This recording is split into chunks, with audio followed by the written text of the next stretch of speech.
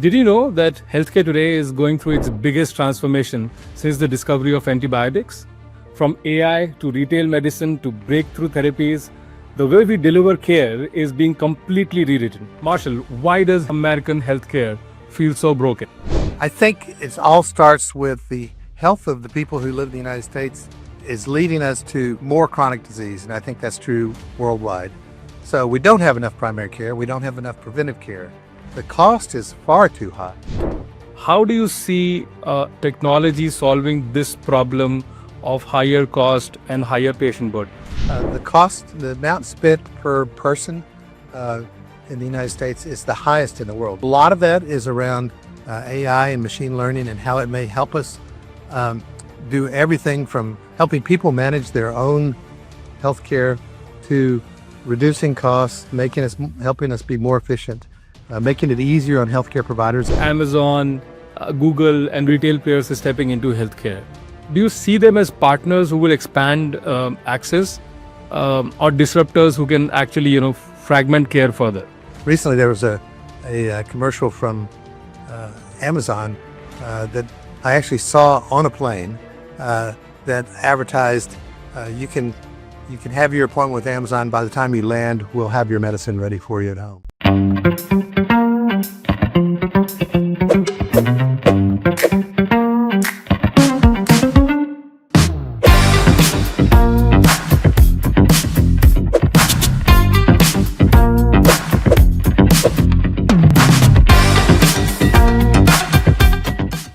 Did you know that healthcare today is going through its biggest transformation since the discovery of antibiotics? From AI to retail medicine to breakthrough therapies, the way we deliver care is being completely rewritten. But with big changes comes big questions. And that's what we're exploring today. Welcome back to the best AI show on pharma. I'm Ayush Mishra. And yes, the name is intentionally cocky because we're here to cut through the hype and have real conversations about the future of healthcare. My guest today has lived this transformation from every single angle. Dr. Marschall Runge, cardiologist, researcher, longtime CEO of Michigan Medicine, and the author of The Great Healthcare Disruption. His book lays out why this moment may be the most transformative in medicine since antibiotics, and how AI, big tech, and new therapies are shaping the way forward. Marshall, it's an honor to have you here. Welcome to the show. Thank you, Ayush. I'm really looking forward to it. You have a great show, and it's a privilege to be on it.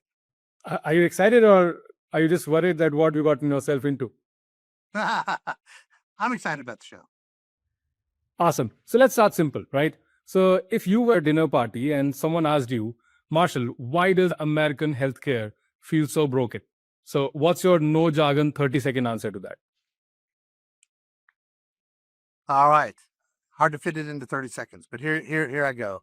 I think it all starts with the health of the people who live in the United States is leading us to more chronic disease, and I think that's true worldwide. So we don't have enough primary care, we don't have enough preventive care. The cost is far too high, and there are many reasons for that. And what we also lack is we lack the ability to provide care for people that have low resources. And so these feed into our health system. Now, I think healthcare in the United States at the critical level is fantastic. I wouldn't want to be anywhere else. But the rest of our healthcare system needs a lot of work. So you made a very clear differentiation between critical care and the rest of the healthcare, right? What changes between these two segments? Well, if you have a heart attack or a stroke or you're in an automobile accident, you're rushed to the emergency room and directly to an intensive care unit, maybe to an operating room. And interestingly, if you take the 5% of the people who receive health care in the United States, they are responsible for 50% of the cost. So we're clearly spending a lot of money on this critical care. And it's true in adults. It's true also in neonates and very young children who need to be in intensive care. So those things I think work, but the balance that we've reached in the United States is off kilter because we pour half our resources into that. And we're not putting enough effort into sort of the basics of being sure that everyone who has common problems, hypertension, diabetes, uh, various kinds of cancers, that we're not picking those up early enough. Well, we know they're there, but we're not really being aggressive. And sometimes join a insurance company and they say, "Well, here's a free membership to the health club." Well, that's nice, but that's not going to change everything. We really need to make changes that will help people be healthier. I'll say one other thing, Ayush, which is when I was writing this book, The Great Healthcare Disruption, I did a lot of research and there were some things that were shocking to me. So, one of the measurements of health globally is healthy average life expectancy. What that means is not just how long you live. And in the United States, that's about 78 and a half years now on average, but it means um, how long do you live and you're really functional and you're enjoying life and you're not really debilitated. When a really terrific epidemiology group at the University of Washington put together their data, uh, the United States ranked 60th, 60, in healthy average life expectancy among countries in the world. So there are 59 countries that are doing it better than us. And the this predictive model that they use suggested that by 2050, if we don't change something, we'll be much lower. We may be 100th in the world or even lower. So this is a crisis, and part of that is health is improving, and average healthy life expectancy is improving faster in other countries than in the United States. We're projected to go from 78 and a half to 80 years, um, while other countries will be increasing the average life expectancy by 5 years or 10 years. 60th position. That's a that's a news. Isn't that eye popping? It is. It is. I could never imagine that. Typically, US is considered the hub for innovation in healthcare. That's an eye-popping number. Absolutely. As a side note to the same problem statement, how do you see technology solving this problem of higher cost and higher patient burden? Well, thanks, Ayush, for mentioning the higher cost. So, the cost, the amount spent per person uh, in the United States is the highest in the world by a considerable amount. Uh, so, uh, we need to figure out how to spend our money more wisely. And part of that in the United States is that healthcare is a big business. It's 18 to 19% of the GNP of the United States. And that's a lot of money. That's 400 billion dollars a year on healthcare. And so obviously it's a place that people go to develop their entrepreneurial ideas. So, but I'm not as negative as I may have sounded about healthcare. I've been in healthcare, that's my whole career. But I think we can do it much better. And I think technology, and you really hit the nail on the head about technology. I think that has the potential to really change things. And yeah, a lot of that is around AI and machine learning and how it may help us um, do everything from helping people manage their own healthcare to reducing costs, helping us be more efficient, making it easier on healthcare providers. It's a big issue in the United States that we don't have enough primary care physicians, we don't have enough nurses, we don't have enough therapists, and part of that is just the administrative overhead of healthcare in the United States. So I think AI and machine learning can help tremendously directly in healthcare, but also, and you and I talked about it recently, the potential for AI to accelerate innovation and discovery of new approaches, new medications, new therapies, uh, Yeah. and I think that's an area that the United States doesn't have a lock on. So the United States has put a lot of money through the NIH and other ways into uh, biology and drug discovery, uh, much more than anywhere else in the world. However, technology, I think, may be an area in which uh, countries with a lot of smart people, like India, for example, uh, can bring advances that maybe people here would never have thought of. And not only is that good for the health of citizens of India and the Mideast, it's good for citizens of the world. And I think it will be a substantial entrepreneurial opportunity. Uh, And if you'd like, we can talk more about even what's being done now with AI in drug discovery. Yeah, I mean, that actually brings me to my next question, which is precisely this. Because in your book, you also call this the most significant transformation in medicine since antibiotics, and that's a huge claim. So, what what makes you so convinced that this is truly historic? I mean, the changes that the technology is now bringing to healthcare and how we deliver care. What makes you think that Well, this is historic?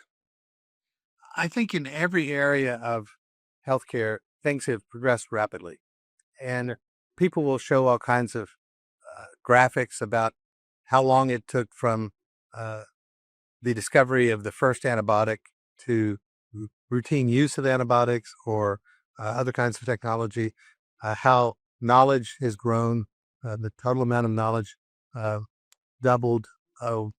Used to double every 50 years, and it was every 10 years, and it was every 5 years. And now many people think that it's every 6 months. And so there's all that knowledge out there. And the challenge is how does a human, no matter how smart you are, how do you take advantage of that knowledge? And that's where I think AI and machine learning comes in. I also mentioned in the book a term that I wish I'd come up with. I didn't come up with it. Called it's a Promethean moment, and that refers to one of the Greek titans, Prometheus, uh, who was the titan that brought fire to people, the ability to use fire. And the the the context that people use Promethean moment is uh, one where things change in so many ways that it's a new world. And think about fire. I mean, with fire, uh, things changed dramatically. And I do think I think we're at one of those moments. I recall when the internet was getting started, and we first had email. Now, of course, email is the bane of all of our existence. But when we first had email, uh, we it was unbelievable. And then I remember uh, the old search engines that were present before Google and others, and uh, but the amount of information on the internet was a tiny fraction of what's today. Now you can go to OpenAI or you pick your favorite AI platform. The amount of information that's there and the amount that's correct is just staggering. So, help me answer this. What is AI and technology doing differently that it's even getting a, you know, 70 something year old professional doctor like you? Well, I'll give you a couple of examples. I'll give you my favorite example first. Sure. So, part of technology that probably you and I know you, but many of your listeners may know about is called ambient AI. Yeah. And ambient AI is not to be confused with agentic AI. So, agentic AI is the idea that AI can learn from things and then develop new ideas, Yeah. which I think is both exciting and frightening. It's sort of like the Terminator movies with Arnold Schwarzenegger. Yeah. Uh, so we don't want to be there. But ambient AI, uh, up until so my practice in cardiology, uh, over the last 15 or 20 years, it's gotten to where more and more of my time is spent with documentation uh, and a lot of administrative things that just slow down what I'm doing. So if you and I are having an encounter, we'll make you the doctor today. Uh, I'm talking to you, but you're over typing on your laptop trying to get all the notes in, Yeah. and then at the end of the day, you go home and you have 2 hours worth of notes to catch up on and documentation to do that is required. Uh, so in ambient AI, you're asking me questions, I'm answering them. It's all being captured by AI. And what you will get at the end of the session is not just a transcript, you'll get a very polished medical note. And of course, you have to look at it and make sure it's entirely correct, but that may take you 2 minutes. And so by the 2 minutes after you've talked to me and examined me, uh, it's you have your medical note. So you and I, we can have a conversation just like we're having a conversation now. I mean, a real human conversation where you're not distracted and I'm not distracted. Uh, and at the end of the day, let's say your office practice ends at 5:30. you go home, you're done.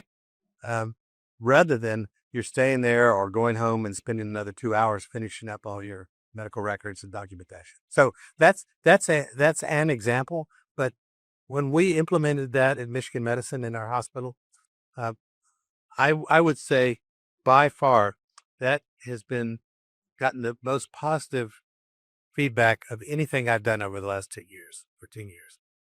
It's amazing, and it doesn't take any time to get used to it. It takes you, an hour or two, and you're up and Yeah. going. Awesome. Because let me also ask you this. I mean, I think I already know the answer to this, but before we sort of get into those details, what is your personal relationship with AI today? I mean, you seem to be like an early adopter, or are you like the wait and watch types, or do you also secretly think that AI is the antichrist? um, well, uh, first of all, um, uh, in the let's say 2 years ago, I thought it was all hype. I seriously thought it was all hype. All right. And um, then I'll give you an example of what changed my mind about it. And I would say I'm uh, more than an early adopter. I mean, I'm a big fan of AI. I think we have to look at it very, very carefully. And uh, but uh, I have to keep my medical certification. And to do that, I have to do what we call maintenance of certification. I Yeah. have to answer these very complicated questions, and they're online. I have 4 minutes to answer it. I can use anything I want. And so I started doing this, about 4 or 5 years ago. And it shows you your score and what a passing score is.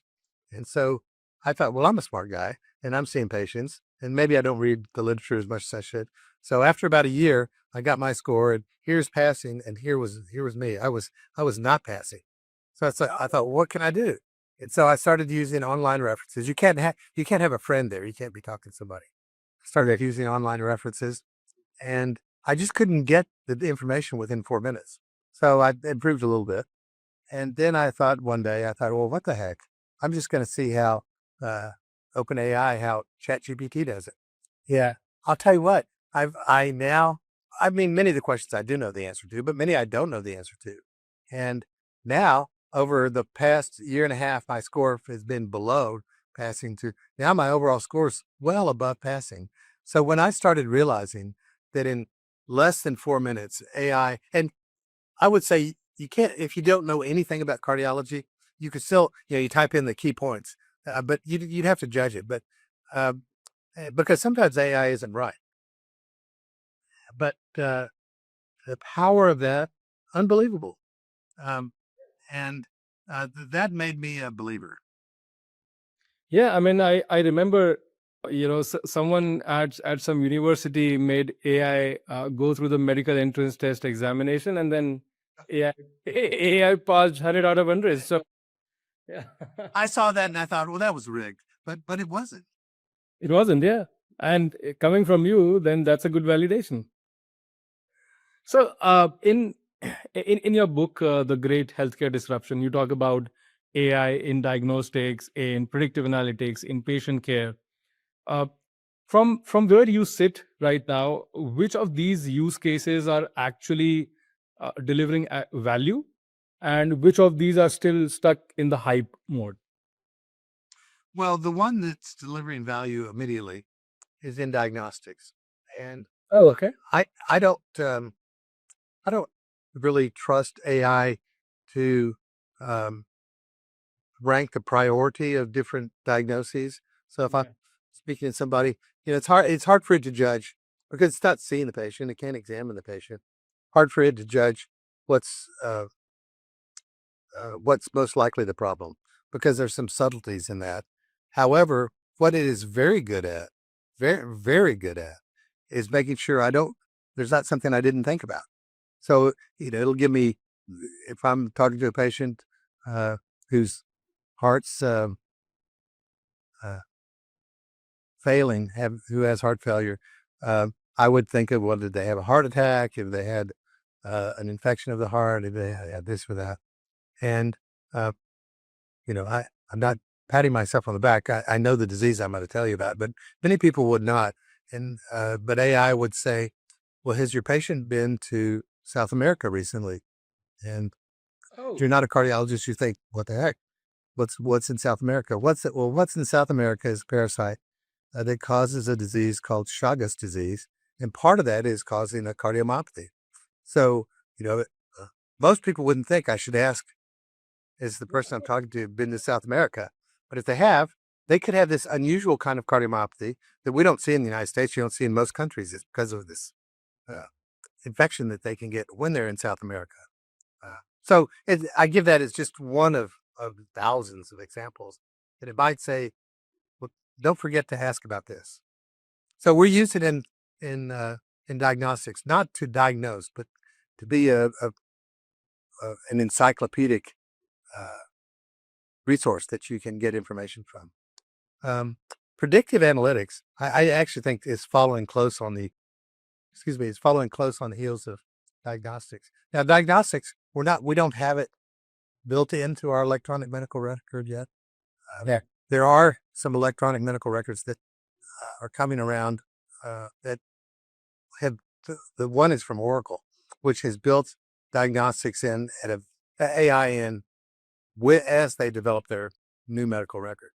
And so that's going to be fabulous. We don't have that right now, and most places don't have that. But with predictive analytics, it's AI. The many examples I've seen, it's like having a fabulous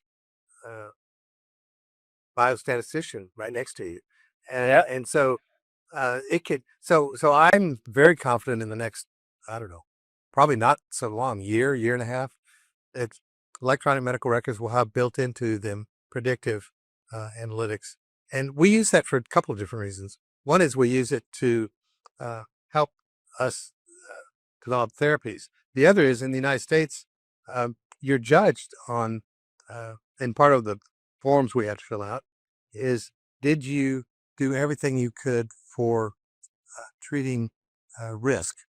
And so, did I ask the person if they smoke cigarettes? Did I ask the person if they get any kind of exercise a day? Did I ask them all these different things? These are cardiology questions. And if I did that, that's called quality. That's my quality score.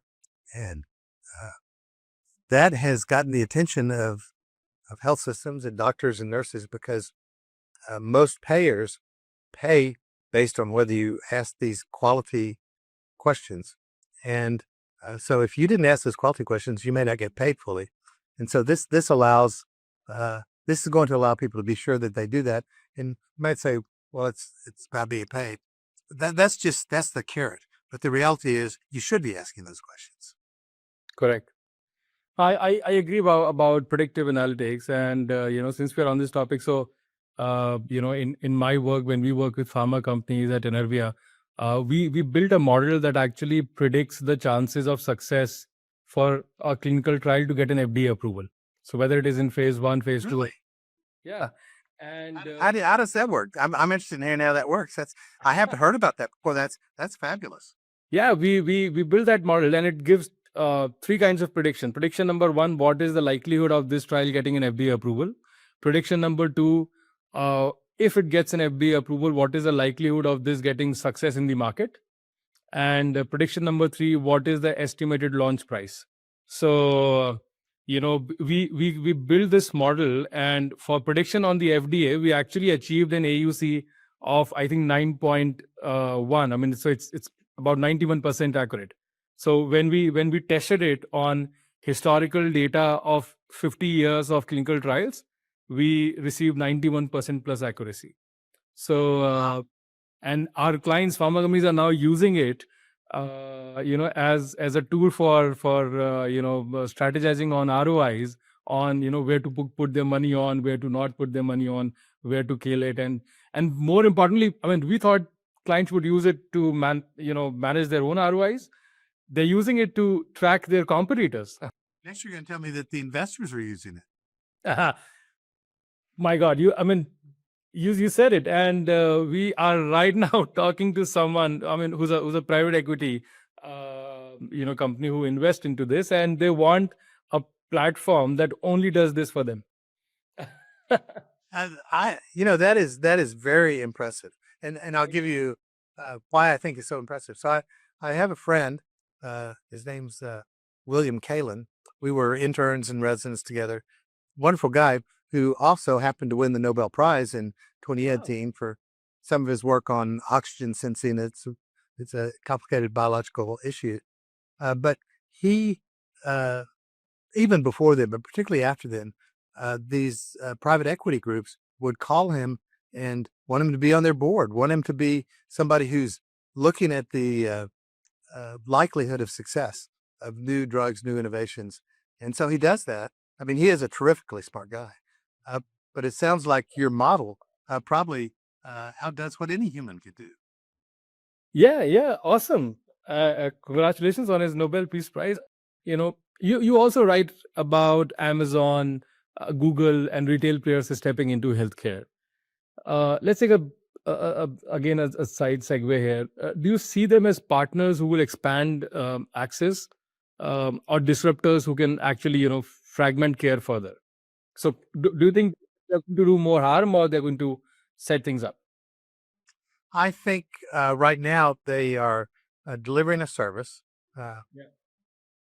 what the new entrants into healthcare are doing is they're finding some area that where people are dissatisfied.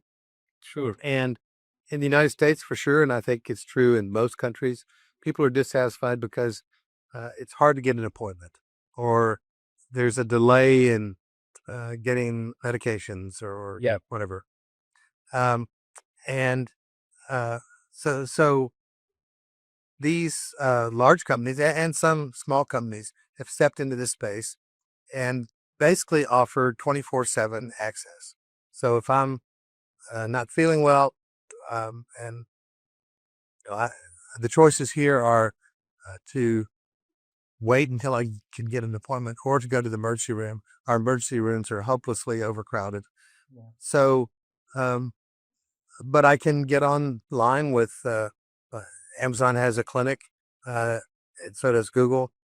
I can get online and talk to a physician, usually a doctor, not always. Sometimes a advanced practice person like a nurse practitioner or a physician's assistant, and they can try to help me try to understand and help me understand what I need to do.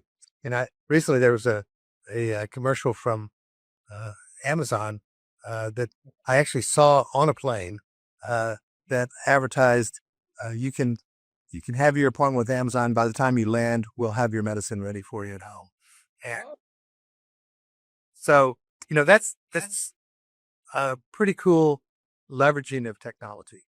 And so I think we'll see more of that. I do think uh, in this area and in lots of areas, what can really improve healthcare is that more people that provide it collaborate instead of being in competition. Right now, we're all in competition. We don't want Amazon taking on patients' work. Uh, but there's a more practical issue around that, and that is if I'm talking to a doctor on Amazon, let's say I forget to tell the doctor something that is really important in my health, and I might get the wrong diagnosis or the wrong prescription because they don't have access to my medical records. Yeah. And likewise, when I go back and see my regular doctor, uh, he doesn't have access to Amazon's records. And so uh, I, I talk about that as being fragmentation. So it's fragmentation of the health system because it leads to all kinds of duplication. I don't know if this occurs where you are, but in the United States, sometimes people get entire imaging studies, CAT scans and MRIs, and they're repeated. They were just done like 2 or 3 weeks ago. Yeah. They don't need to be redone, but you can't access that information, and so people redo it. And there is a financial incentive there as well. But I think using uh, more collaborative approaches, and they are coming along very slowly in the United States Yeah. because, as I said, it's big business. But I think those collaborative approaches in leveraging what can be done at a big, complicated medical center like Michigan Medicine, and what we can do with a high quality provider who can offer that would be great. And then, of course, Google's not going to arrange for you to have a surgery. They're not going to arrange. They're not going to try to uh, provide that kind of care. Yeah. That I think over the next 10 years, my prediction and I'll tell you a joke about that in a moment. My prediction is that large academic medical centers or large health centers will get focused more and more and more on acute care, and that's where they should be focused. Yeah, there'll be other providers providing primary care. Uh, you probably don't know this, Joe. People in the United States know it, but there was a very famous baseball player and baseball coach named Yogi Berra, and he had all these just quotable quotes that he made in press conferences. And so one of my favorites was he said they asked him to predict something. He said, "Well, predictions are always difficult, especially about the future." So so keep that in mind when you're thinking about my predictions. You talk about Amazon and Google. How do you see Mark Cuban's initiative that he's trying to do? I like Mark Cuban's initiative, the Cost Plus. Yeah, cost plus. So I'll tell you what I like about it. I like it that it is very transparent. You know, they will tell you, and you have to presume they're being honest, how much it costs to make that drug, and then you can acquire it for the cost plus 15%. And uh, that I think is gaining momentum. I admire the guy. I mean, he's a very brash guy, but I admire him. And he started with something very small, and now that's getting larger and larger. Some employers are now dealing with him rather than the traditional method of paying pharmaceuticals. And they're not doing everything. They're doing a lot of generics. Yeah. But they're also trying to start doing biologics. These are the infused drugs that are so expensive. And I think there's real promise there. The other reason uh, that I like it, but I think we have to be cautious about it, is that why I like it is it's taken out an important middleman in drug Yeah. the process from when the drug leaves the manufacturer to when it gets in the patient's hands, and that is what are called pharmacy benefit managers. Yeah. PBMs. PBMs. They between me and you and anybody that's listening, I'll say this all day long. I think they deliver very little value, but the cost that they add to uh, already pretty high drug costs is 20 to 30%. So if you think about the cost of drugs in the United States, that's about 9% of the healthcare dollar. If you take that 20, 30% off, it'd be more like 6 or 7%. And so, that's billions of dollars. Was brilliant, yes. And so, uh, but if you look, for example, at the cost of a high cost medicine, say one of the GLPs, uh, they now, some of the GLPs are selling, the manufacturers selling direct. And so they're selling those drugs that cost $1,000 or $1,200 a month. They're selling them for $500 a month. If they had a big market, they could actually get it down to $250 a month. So if the United States government said, "Hey, we'll buy $10 billion worth of Ozempic or one of those drugs," they could kind of deal with a manufacturer where it probably costs $250 a month. But it involves taking all the PBMs, all the intermediaries out of it. And I think we'll get to that point. And I think Mark Cuban's Cost Plus initiative is one way that's opening people's eyes about that. And that's big savings. So that's real value right there. Absolutely. Yeah. I mean, I know you just said what do you think about predictions, but if I if I may ask you to make one again, so where do you think patients will feel technology or AI first? So do you think they'll feel it in chronic disease management, behavioral health, prevention, or somewhere else? I mean, I'm just trying to understand, where does the patient feel AI first? That actually is a great question, because I think people will feel it in different areas. I think one of the areas that will be very important is chronic disease management, because that's an area that is so important for health and so important for cost. And one concept that is reaching reality is what's called AI assistant. Um, the University of Michigan, for our undergraduates last year, they developed AI assistants where every student, if they wanted, could have an AI assistant. So what did that AI assistant do? Well, the initial model, it was that they would, if the student missed a lecture, or didn't have the slides, or didn't have whatever, it would provide that, like that. Yeah. But then it turned out that they had machine learning incorporated, and the students who chose to use that function, the AI could work with them to help them learn. So you might say help them study to make a better grade. That's part of it, but to really how they learn. So some people, I don't know about you, I learn easily by listening, pretty well by looking at short written things, Yeah. not at all by dense textbooks.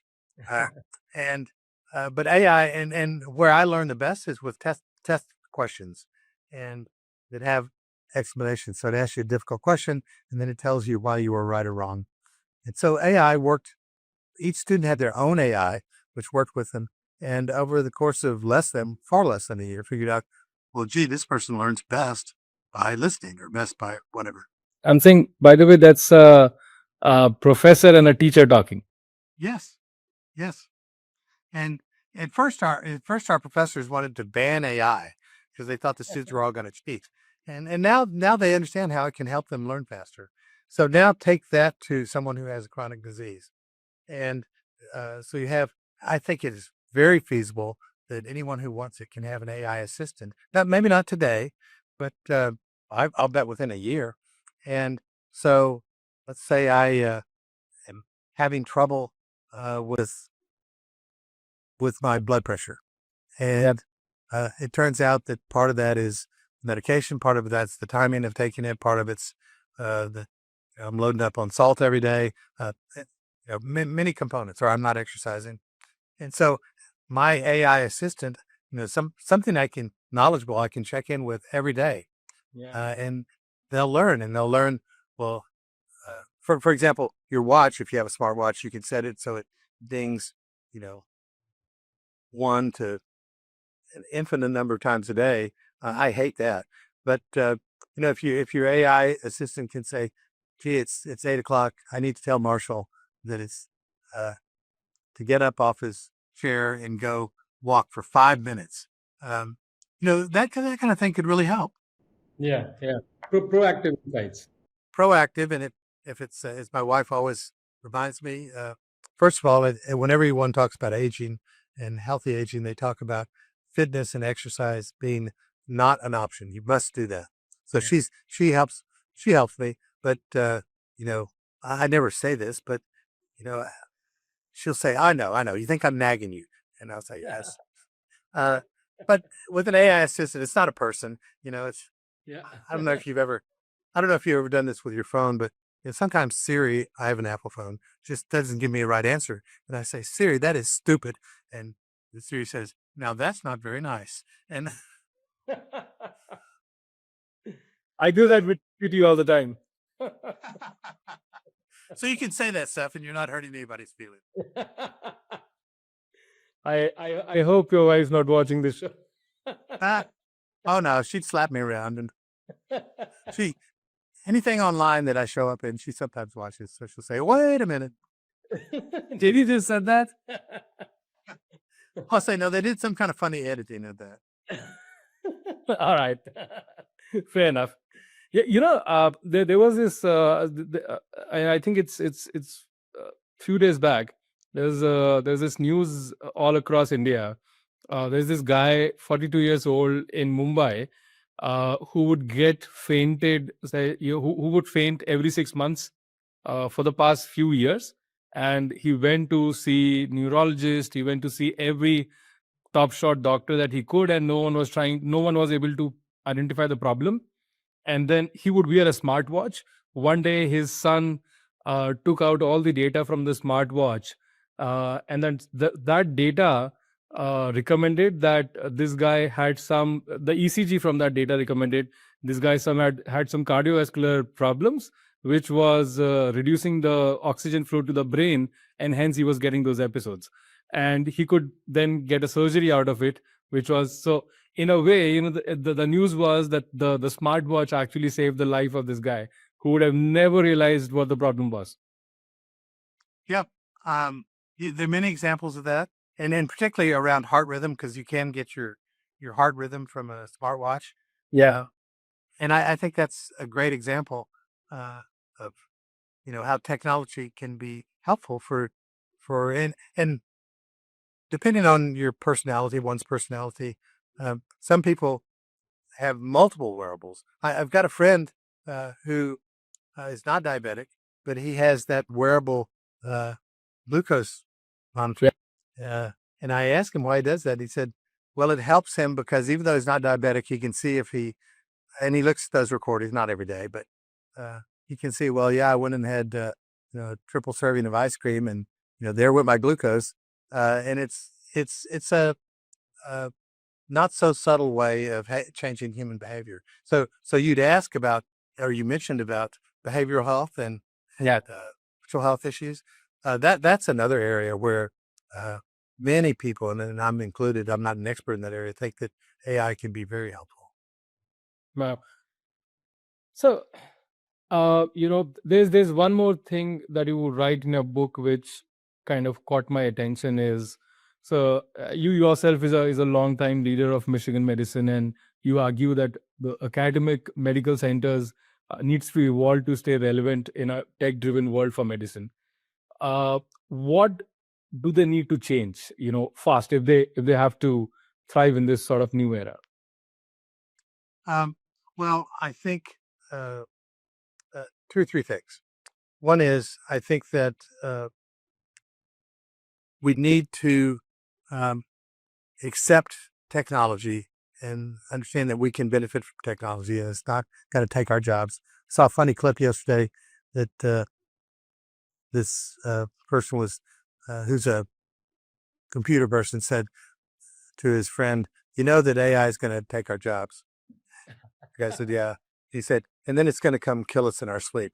And so, yeah, I, maybe not that bad, but I think sometimes academic medical centers are slow to embrace change, slow to embrace technology. So I think that's one thing. I think a second is we always our motto, what we do is we put the patient first.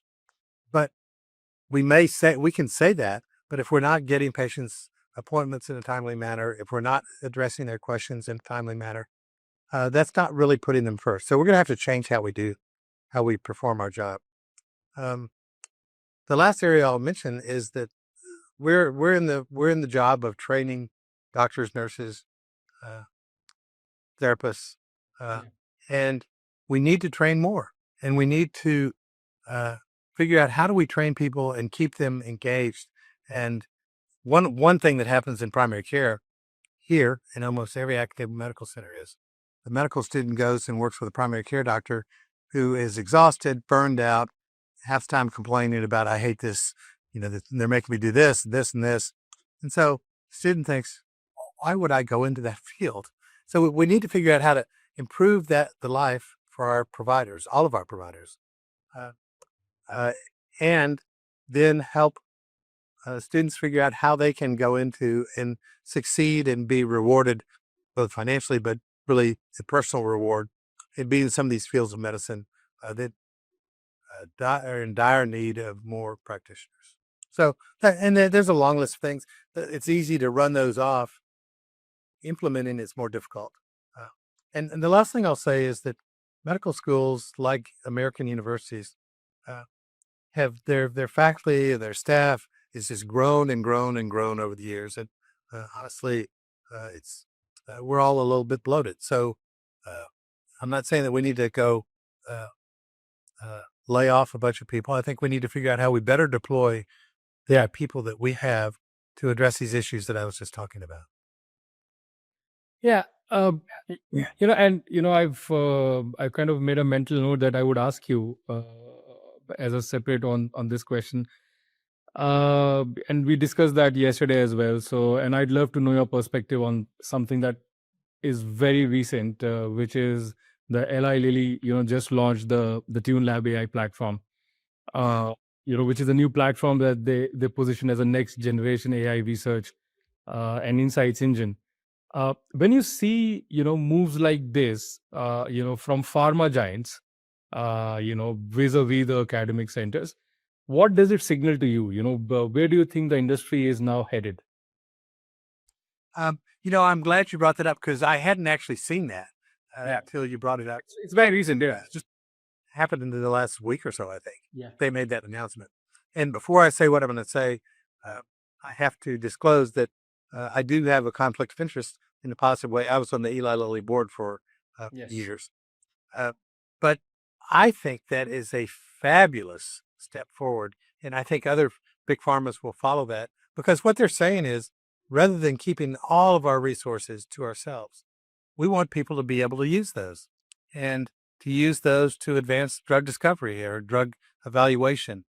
And they have resources that a university could never have, and certainly no small biotech could ever have. So I think that's such a smart step in the right direction. It's not going to hurt Lilly. And I'll give you an example. So Lilly, like many other pharmas, big pharmas, have set up incubators. I mean, real incubators. So Yeah. for Lilly, it's called Gateway Labs. For Johnson and Johnson, it's called J Labs. Many places have these, and they'll take someone who has an innovation that, and maybe your model would probably help them Yeah. predict how long would it be for that drug, if it's a drug, to reach a stage of commercialization. And so they're trying to guess, and they're thinking 3 or 4 years. And these investigators, Lilly has a long waiting list of people that want to be in these facilities because they're great facilities, smart people working. It's ideal for an entrepreneurial investigator. Uh, but what Lilly provides, they don't require a uh, first right of refusal or any sort of commitment that if a drug comes out of that they get the first chance to have it. What they do is they provide these same resources. And so if the person wants to look at a comparison of properties of, uh, the millions of drugs that Eli Lilly has, uh, they can do that and for free. Or if they need huge genomic sequencing or vast AI resources, they can get that. And so, of course, when they get ready for the next step of commercialization, where they're going to turn, they're going to turn to Lilly. Lilly's been helping them all along. And so I think, I don't know this, I'm just postulating it. I think maybe Lilly's announcement of this new engagement is based on the success they've had with their gateway labs, that you provide the resources, then people want to work with you. And uh, Yeah. uh, things like that, I think, would take us away from this commercial space where everybody is in competition with each other, to where people want to share. Uh, and then, of course, there's a commercial aspect to that. But Yeah. on the other hand, I think it'll advance discovery remarkably. No, I agree. I think it's such a genius move on part of Eli Lilly to sort of present this to anyone who can use, and this automatically brings them at the forefront of seriously and deeply embedding AI into discovery and into patient care. So I think it's a genius move. I hope I am able to get my hands on those Lilly models as an AI entrepreneur for life sciences myself as soon as I can. Yeah, well, I can tell you that uh, based on my time on the board, but I'm sure it's true today, they're looking for smart people who have innovation and innovative ideas. And so, yeah, I'd go for it. I wish I had any innovative ideas myself. I don't, but it sounds like you do. I'm happy to meet your introductions, by the way. So, one of the strongest points in your book is your honesty about access and affordability, which you also spoke about when we started this conversation.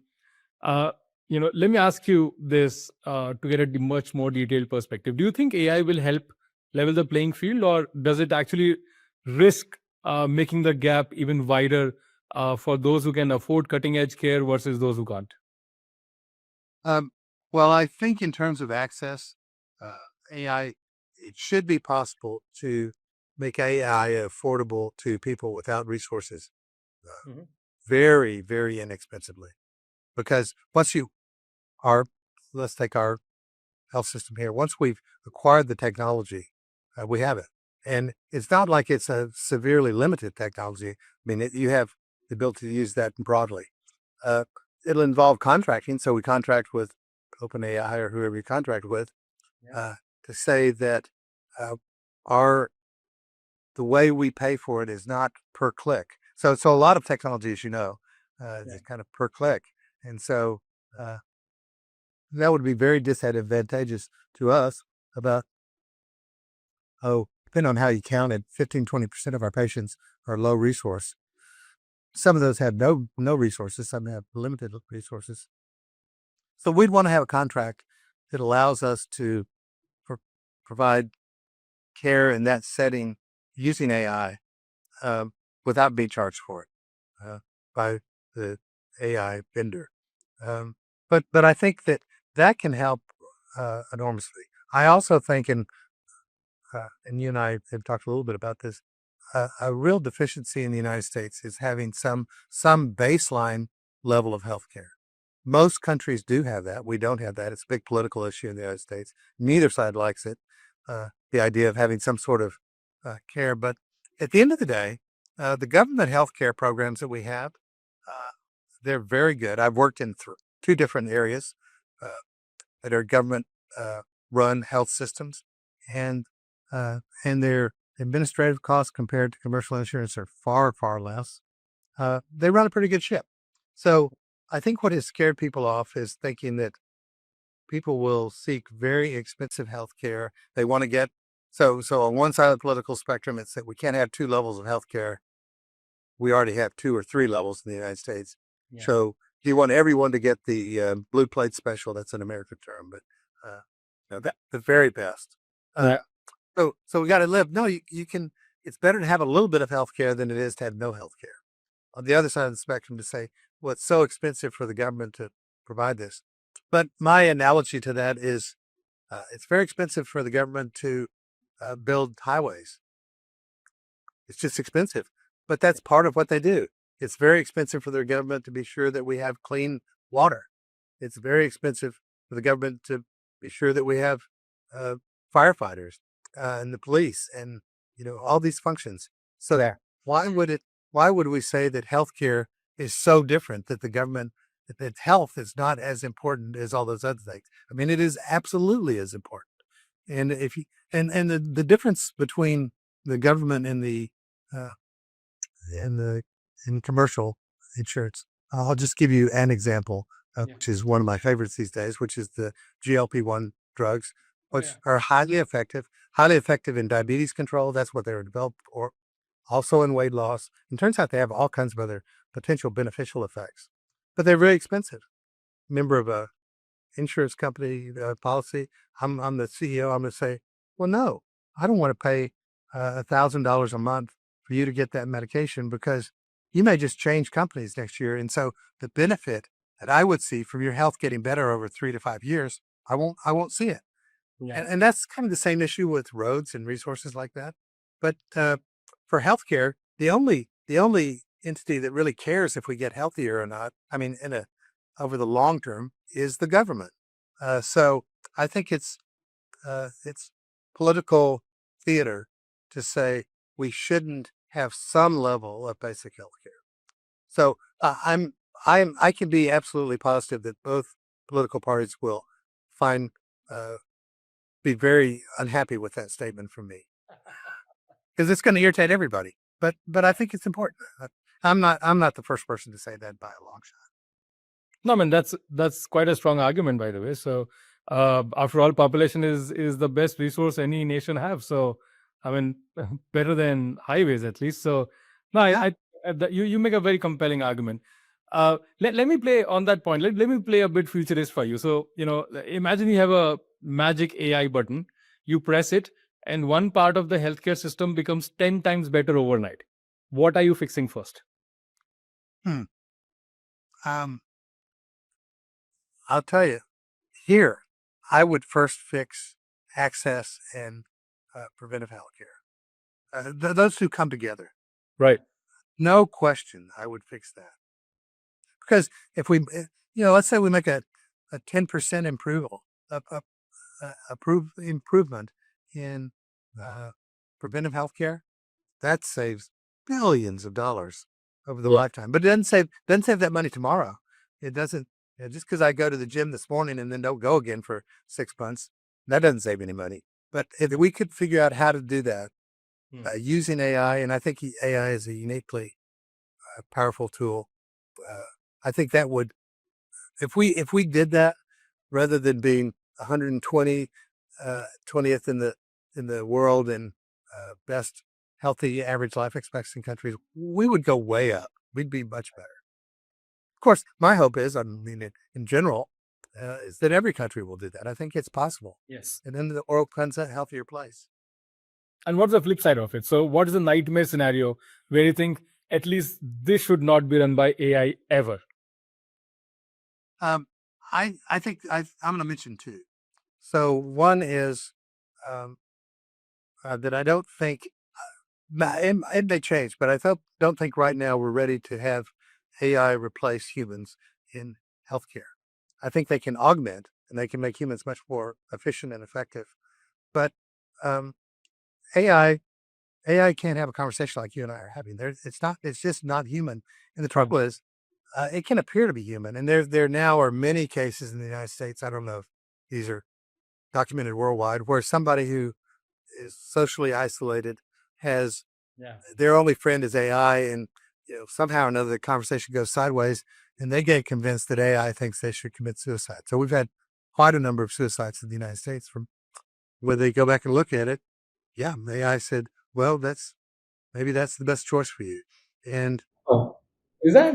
so now, what one of the first examples was a young man in Florida, teenager, socially isolated, and he had an AI bot that was a beautiful woman. It was based on actress from uh, the Game of Thrones. And, uh, so going back and forth, and it wasn't that the bot said you should commit suicide, but it said, "Well, we can be together forever." And he took that to me Oh, commit suicide. He committed suicide. I mean, it's a tragedy, and he had a mental health uh, yeah, true. problem. Um, so I don't. That's number one. I don't think we should quickly move to having AI replace humans, because the kind of empathy that uh, and the kind of understanding of nuance that we have as humans, AI is not close to that yet.